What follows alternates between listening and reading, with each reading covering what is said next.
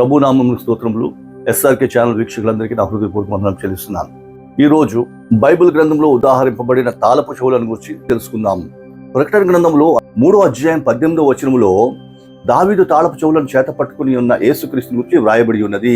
తాళపు చెవు యొక్క శక్తి ఏమిటి? ఇవి దావీదు తాళపు చెవులని ఎందుకు అనబడ్డవి? ఇవి ఎప్పుడు ఎక్కడ వాడబడ్డాయి? అలాగే ఈ తాళపు చెవులు ఎవరికి ఇవ్వబడ్డాయి? వాటిని వారు ఎట్లా ఉపయోగించారు అన్న విషయం గురించి తెలుసుకున్నాము. మొదటిగా తాళపు చెవి అనేది ఒక శక్తి. ఒక ఇంటిని మూయాలన్నా తెరవాలన్నా తాళమే ప్రధానము. తాళము లేకుండా ఒక వ్యక్తి ఒక గృహలో ప్రవేశించలేడు. అదే విధంగా బంధింపబడిన వ్యక్తిని విడుదల చేయలేడు. ఇది తాళంలో ఉన్న శక్తి. ఇప్పుడు ఈ తాళపు చెవులు పట్టుకుని ఉన్న వ్యక్తి యేసుక్రీస్తు. ఈ యేసుక్రీస్తు దావీదు వంశపు వాడు. దావీదు రాజ్యాధికారంలోనికి వచ్చిన తర్వాత అతడు దేవుని యొక్క మందసము విషయంలో ప్రత్యేకమైన శ్రద్ధ కలిగి ఆ మందసమును స్థిరపరచుటకు ఒక ప్రత్యేకమైన యోచించి ఉన్నాడు. ఈ విధముగా అతడు మందసము ఎడల చూపిన శ్రద్ధాభక్తులను మెచ్చిన వాడే అతడిని దీవించి అతనికి భవిష్యత్ వాగ్దానమును చేసి ఉన్నాడు. ఈ విషయమును 2వ సమూయేలు గ్రంథం 7వ అధ్యాయం 11 నుంచి 16 వచనంలో చూడగలము. ఇతడి దేవుడు ఆశీర్వదించిన విధం ఏంటనగా, ఈ ఉద్దేశమును నెరవేర్చుటకు నీవు అర్హుడవు కావు. నీకు కుమారుడు పుట్టబోతున్నాడు. అతడు ఈ మందసం కొరకు ఆలయమును నిర్మించబోతున్నాడు. అంతేకాదు శాశ్వత కాలము నీకు ఈ సింహాసనమును స్థిరపరచబోతున్నాడు అంటూ కీర్తన గ్రంథం 89వ అధ్యాయం 29లో అంటాడు, భూమి మీద సూర్యుడున్నంత వరకు నీ రాజ్యము నిలుచును అని సింహాసనమును గూర్చి శాశ్వతమైన వాగ్దానం చేసి ఉన్నాడు. ఈ వాగ్దానం బట్టి భూమి ఉన్నంత వరకు అతని రాజ్యము ఉంటుంది. ఈ విధమైన వాగ్దాన ఫలితముగానే యేసుక్రీస్తు దావీదు వంశం నుంచి వచ్చి ఉన్నాడు. అపోస్తలుల కార్యం 13వ అధ్యాయం 22-23 వచనాలలో ఇది మనకి కనిపిస్తుంది. ఈ యేసుక్రీస్తు యొక్క పుట్టుకను గూర్చిన దేవుని ఉద్దేశము యెషయా గ్రంథం 11వ అధ్యాయం 1వ వచనంలో ఈ విధంగా రాసి ఉన్నాడు, యెషయా మొద్దు నుంచి చిగురు పుట్టును, అతని వేరు నుండి అంకురం ఎదిగి ఫలించును అన్నాడు. ఇదే యేసును గూర్చి 9వ అధ్యాయం 6వ వచనంలో అతని భుజముల మీద రాజ్యభారం ఉండును అన్నాడు. గమనించండి, రాజ్యభారం అనేది రాజుల భుజములపై ఉంటుంది. ఇక్కడ యేసుక్రీస్తు భుజములపై రాజ్యభారం ఉన్నది అంటే యేసుక్రీస్తు రాజు. ఇప్పుడు యేసుక్రీస్తు రాజు అయినట్లయితే అతని రాజ్యం ఏమిటి? అతని రాజ్యము పర సంబంధమైనది. యోహాను సువార్త 18వ అధ్యాయం 36వ వచనంలో ఈ విషయం గురించి రాసి ఉన్నాడు. ఆ పరలోక రాజ్యంలో భూమి మీద స్థాపించుటకి యేసుక్రీస్తు లోకములకు వచ్చి ఉన్నాడు. ఈ విధంగా వచ్చిన యేసు లోకములో తన పరిచర్య కాలం అంతటిలో పరలోకమును గూర్చిన ఉపమానములు, పరలోకములో జరుగుతున్న విషయములను, అదే విధంగా ఒక వ్యక్తి రక్షింపబడుట వలన పరలోకంలో కలిగే సంతోషము, ఈ విధముగా పరలోక సంబంధమైన విషయములని ప్రకటించి ఉన్నాడు. ఈ విధముగా పరలోకమును మానవులకు పరిచయం చేశాడు. అంతేకాదు మానవులు పరలోకంలో ప్రవేశించుటకు మార్గం ఏర్పరిచి ఉన్నాడు.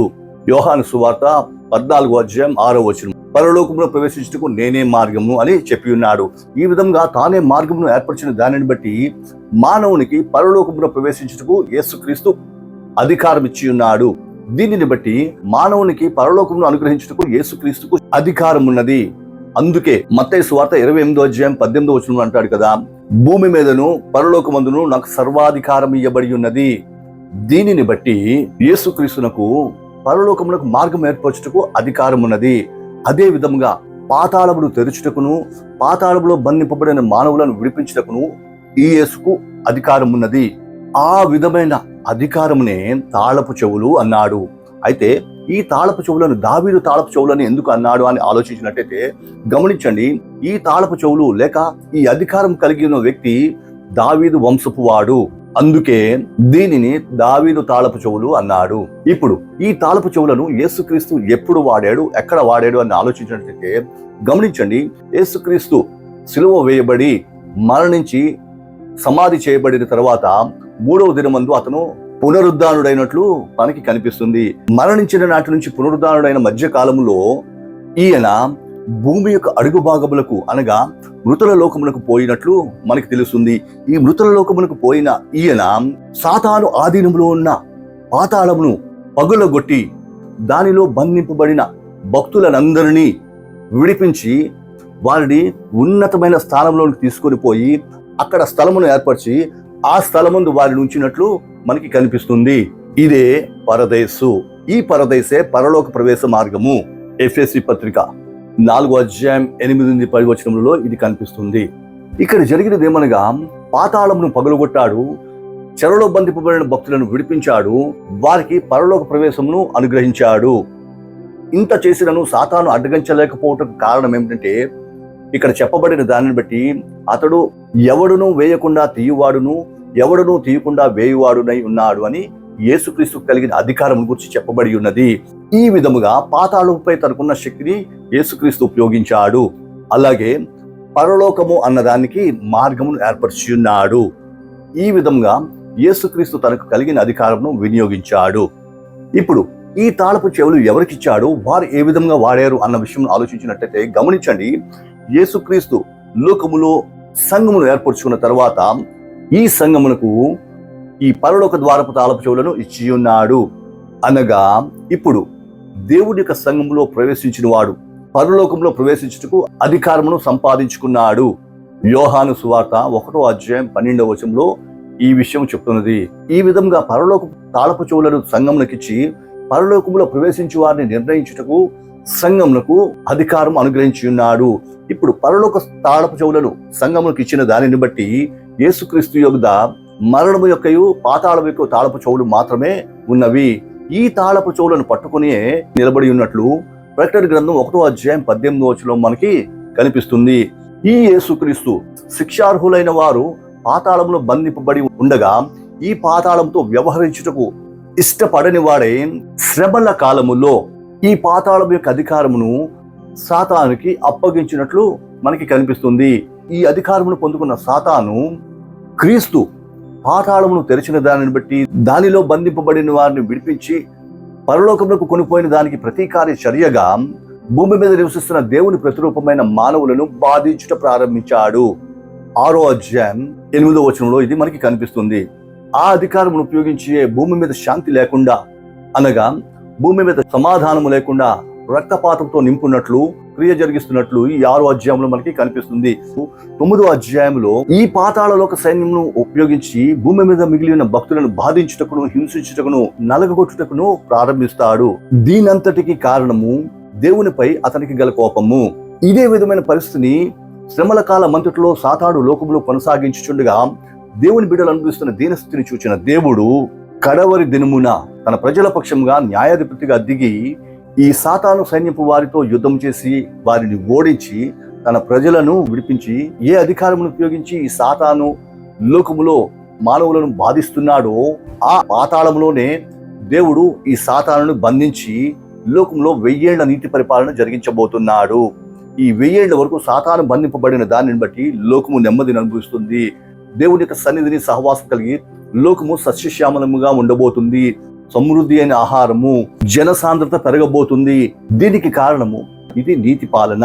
ఈ 1000 ఏళ్ల నీతి పాలన తర్వాత సాతాను విడుదల పొందిన వాడై మరలా దేవుని మీదను, దేవుని ప్రజల మీదను యుద్ధమునకు జనులను రేపుతాడు.